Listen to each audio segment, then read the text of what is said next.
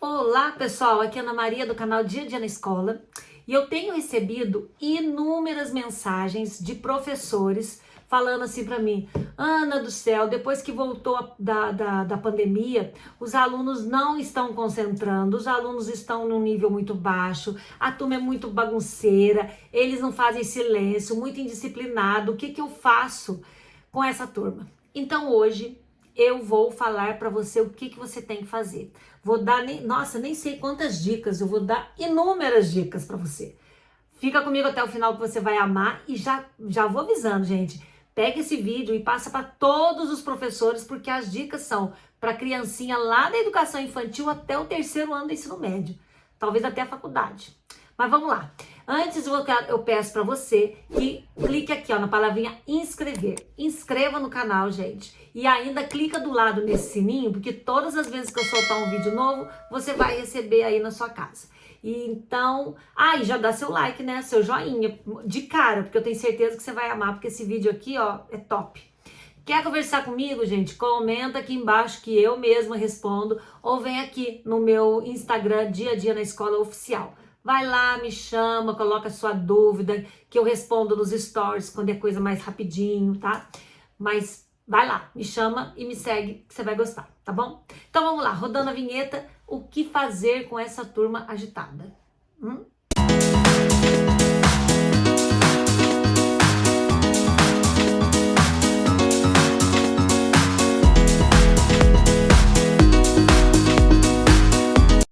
Bom, quando eu dava aula, eu peguei umas turmas assim, de vontade de sair correndo.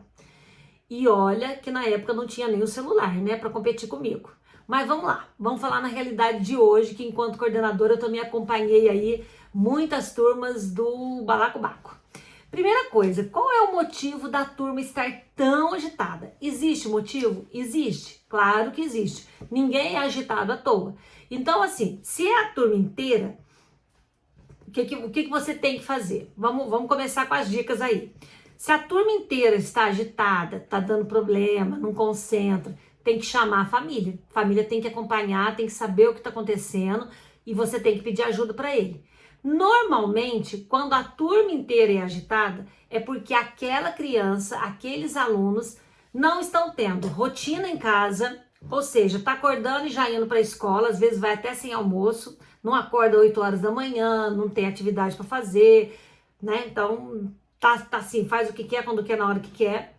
Ou é porque ele tá mexendo muito no celular de manhã, chega à tarde, ele tá com energia acumulada e quer arrebentar a boca do balão na escola, né? Ele quer fazer tudo aquilo que ele não fez de manhã.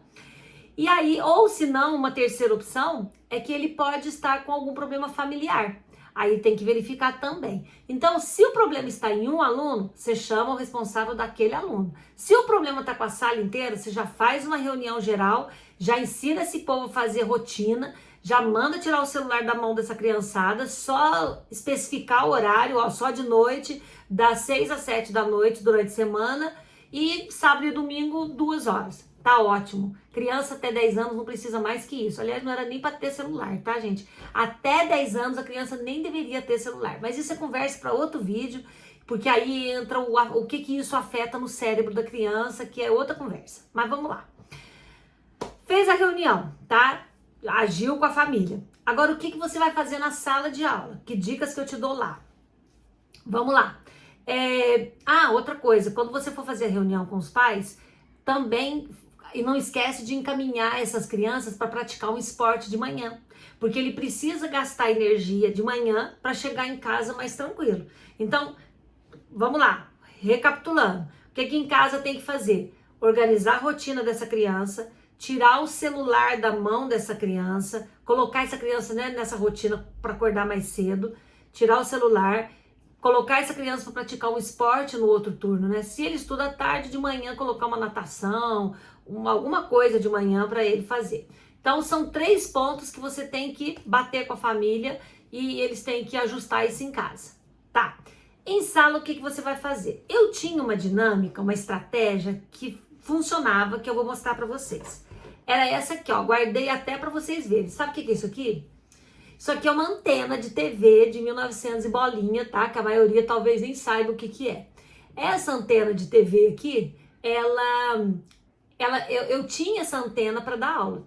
Então, quem estivesse com essa antena na mão é que poderia falar na sala de aula. Gente, isso é muito legal. Essa anteninha ficava na minha mesa.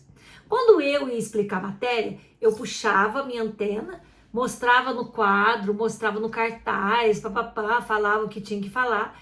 Terminava, eu fechava a minha anteninha e deixava em cima da mesa e ficava quieta. Quando o aluno queria falar, ele tinha que sair do lugar dele, ir na minha mesa, pegar a anteninha e aí ele falava, às vezes até da minha mesa mesmo, às vezes ele voltava para o lugar.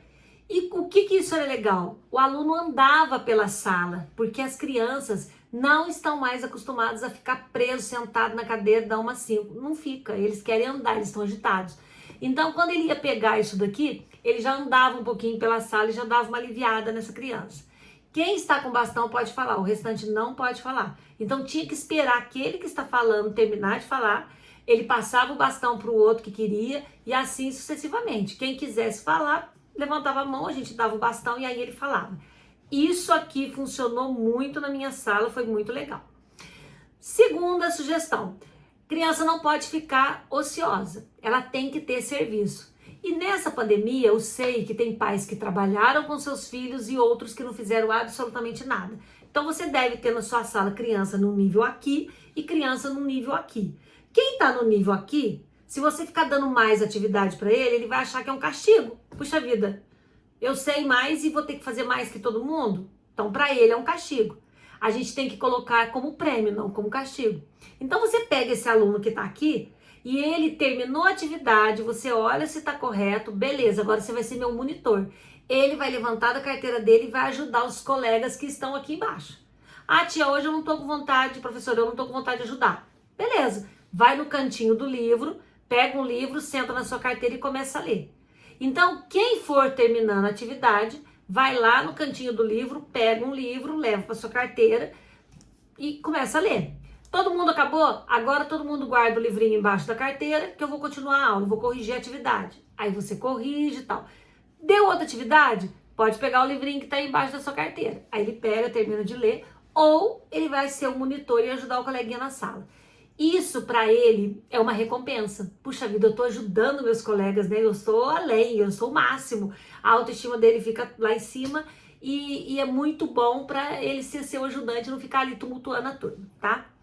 Outra coisa, você tem que selecionar atividades que tenha foco, atividades que façam a pessoa concentrar. Tem inúmeras atividades, principalmente no pátio.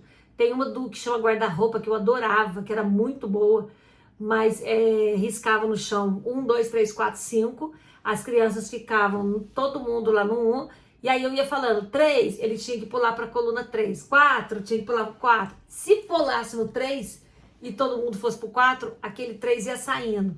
Então tinha que ter atenção e foco para ele pular no número correto. Era ótima essa atividade, eles amavam. Chama guarda-roupa. Mas tem outras atividades, você coloca lá no Google assim, atividades que estimulem o foco das crianças. Vai aparecer, gente, uns 500 mil atividades para você. Escolhe lá a que melhor lhe cabe, né, na sua realidade e faça atividades no pátio de concentração. Eu falo no pátio porque é melhor, né, um lugar aberto para as crianças descansar, arejar um pouco. Em sala de aula, o pintar, orientar que primeiro faz o contorno, depois pintar sempre no mesmo movimento, não podendo sair do desenho, isso também é foco. Mas aí você vai variar as atividades, tá bom? Outra coisa, sempre eu fazia isso em turma agitada. Eu comprava um livro que era igual para todo mundo, tá? Eu tinha o livro e todos os alunos tinham o mesmo livro. Vou dar até um exemplo. Eu li com todo mundo um livro que se chama Montanha Encantada. Eu li com o 4º ano. Amei, o livro é ótimo. Todo mundo tinha o livro. Voltava do recreio, que eles estavam ligados a 1000 no 220. Eu sentava todo mundo, mandava respirar, acalmava, mandava pegar o livro e eu ia fazendo a leitura do livro com eles. Eu ia lendo para eles a Montanha Encantada, com entonação, com a pontuação correta, devagar, com calma. Eu lia um capítulo, eu lia uma unidade mais ou menos, eu lia mais ou menos em torno de uns 15 a 20 minutos. Terminei de ler, a sala já está relaxada, eles iam vendo a entonação da leitura, quando eu perguntava, eu gostava de caprichar. O que você está fazendo? Eu gostava de dar uma ênfase assim na pontuação, para que ele entendesse o que é aquela pontuação. Oh, que dia lindo, sabe? Imitava a voz dos personagens, eles amavam isso. Então, eu sempre tinha um livro. Terminou o livro, eu tinha outro para todo mundo. Eu tinha algumas coleções.